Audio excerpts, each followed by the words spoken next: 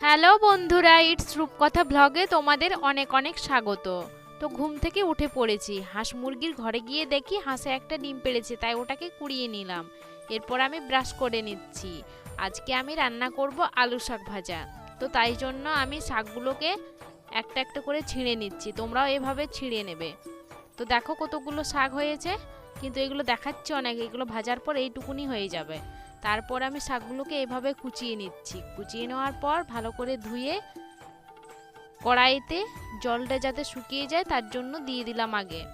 দিয়ে তারপর আমি একটু নুন দিয়ে দিলাম, নুন দিয়ে নাড়িয়ে নিচ্ছি। নুন দিয়ে দিলে জলটা তাড়াতাড়ি বেরিয়ে শুকিয়ে যাবে। তারপর আমি কড়াইতে তেল দিয়েছি, তারপর দিয়েছি রসুন, থেতো করে রাখা রসুন, পেঁয়াজ কুচি আর লঙ্কা, কাঁচা লঙ্কা চিড়ে করে দিয়ে দিয়েছি। তারপর ওটাকে একটু ভেজে নামিয়ে নিলাম। তো রেডি হয়ে গেল আলু শাক ভাজা।